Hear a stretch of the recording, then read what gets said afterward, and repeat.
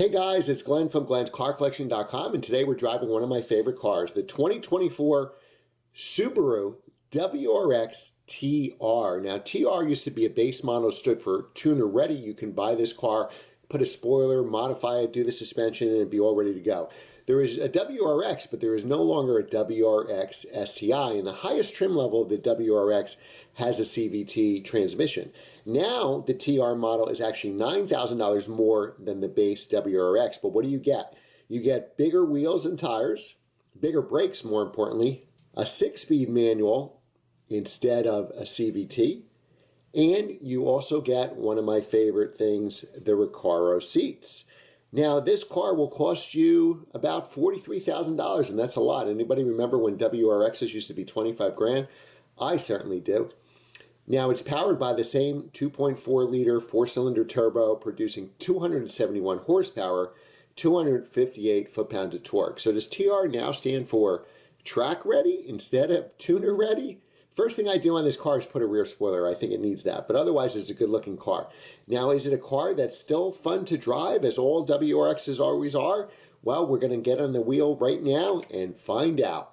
Remember to like, share, subscribe, and leave a comment of what car you want me to review next. Now, let's drive. Now we're inside the Subaru WRX TR, and TR stands for tuner ready. So you want to modify your WRX? Well, guess what? You don't need a fancy radio. You don't need a big wing. Do with it what you will, and that's what Subaru wants you to do here. So you have the 2.4-liter 4-cylinder engine. Now this is fun. All-wheel drive. A lot more refined. If you drive, I remember driving a 2004 STI. And I know it just had a 4-cylinder turbo, but it felt like it had V8 power, and it just blew me away the first time I drove it. Over the generations, over 20 years now, believe it or not, 20 model years, the car has become a lot more refined. So totally different than your dad's STI, but still a fun car. And we're gonna put it through some of the tightest turns and the worst pavement, so we're gonna get a good test of it right here. We got a closed road.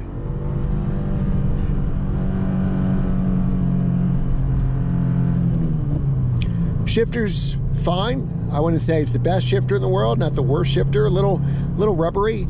The clutch doesn't have as much feel to it as I would like. Watch for motorcycles. Basically, all the cars are being tested today. Every car that you see will be a pressed car or a pressed motorcycle. Plenty of power coming out of the corner. Now here's where the pavement gets rough, and it handles it very well. We were just in a Mini Cooper, and that thing was bouncing all over the place, where we still feel all the bumps here, but it's not upsetting the car.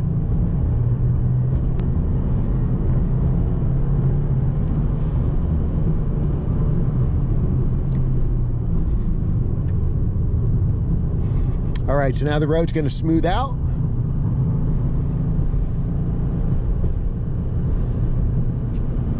Try going up another gear.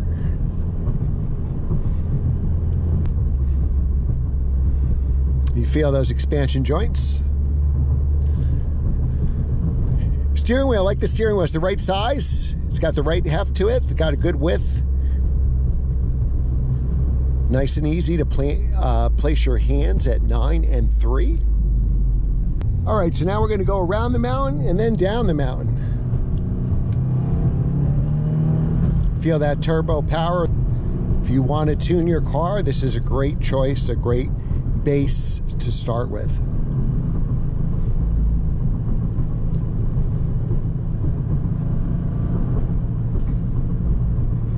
We're going to go the opposite way he goes.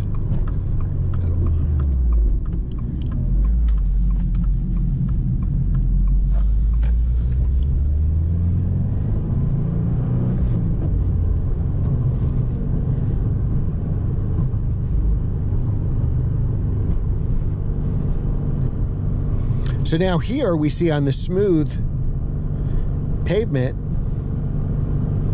you got one expansion joint. It handles it very well. Broken pavement, not so much.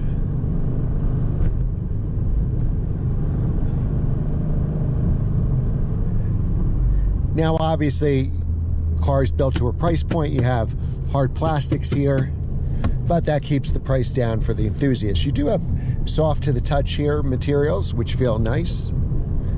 Steering wheel looks premium, functional. Got a nice center screen here. Parking brake in the middle where it should be for a manual transmission car. You know, in New Jersey now, you can't take your driver's test unless you have a parking brake in the middle like this, so the instructor who's in the car can grab it. So you have to, if you don't have one, if you have electronic one anywhere on the side, you have to rent a car to take your driver's test, or borrow somebody's car that has a manual parking brake for safety for the instructor. Now, in the past, that wasn't an issue because all cars had it here, especially on a manual. Not anymore. All right, let's go up and down through the gears. Fourth gear, not crazy. Shifter seems a little rubbery, not as tight. Is that a word? Not as tight as some of the other cars that we've driven, like say a Civic Type R or Integra Type S. All right, now we'll go down the hill.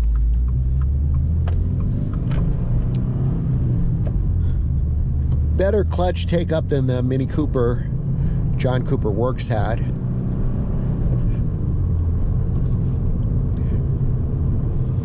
You still get that intake in front of you like you did on the old WRXs and STIs, the hood scoop.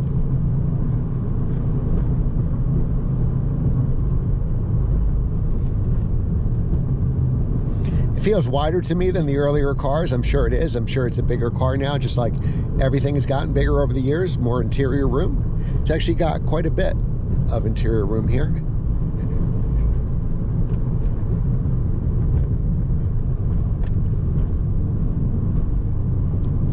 I think we'll give this car a little space here. So, because we're going to have some cool turns. Yep, all the trucks and buses are coming up now. Wow, look at this. Why?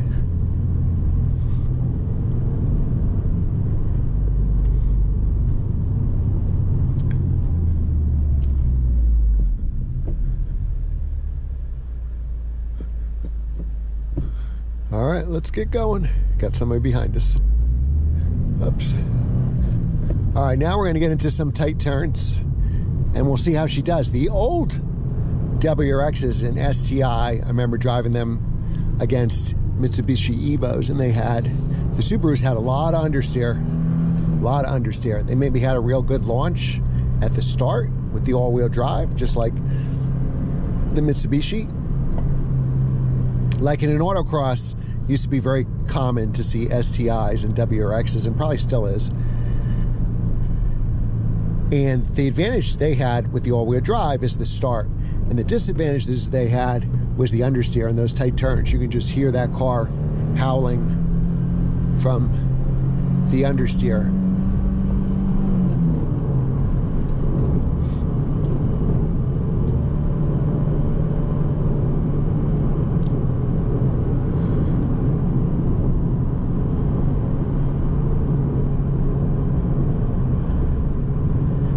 This car actually, there's a little understeer, but it's definitely more neutral.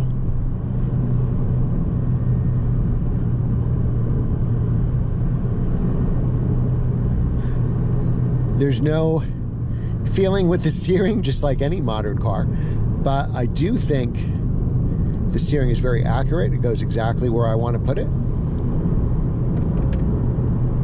Some body roll there, which is okay, which is fine. Brake pedal has very little travel. And again, this is a press car. Sometimes the brakes are beaten up a little bit.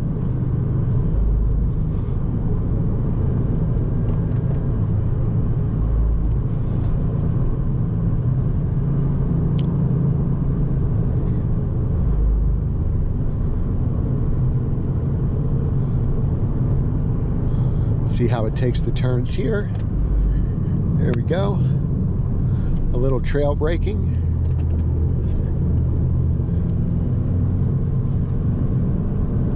fun car to drive. I could do these turns in this car all day. So I think if you're interested in the WRX, you should definitely get one. All right, so we're going to downshift a second here. Real tight turn. I want to bottom out. So we're going to come out of the corner. And now that turbocharged engine should carry us out.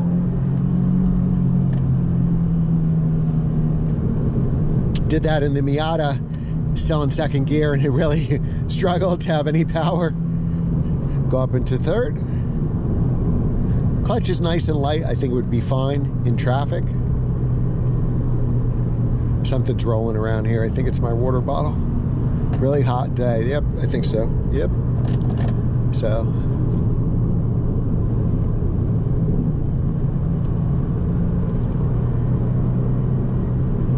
What do you think of the color red? Would you get this car in red, or what color would you get?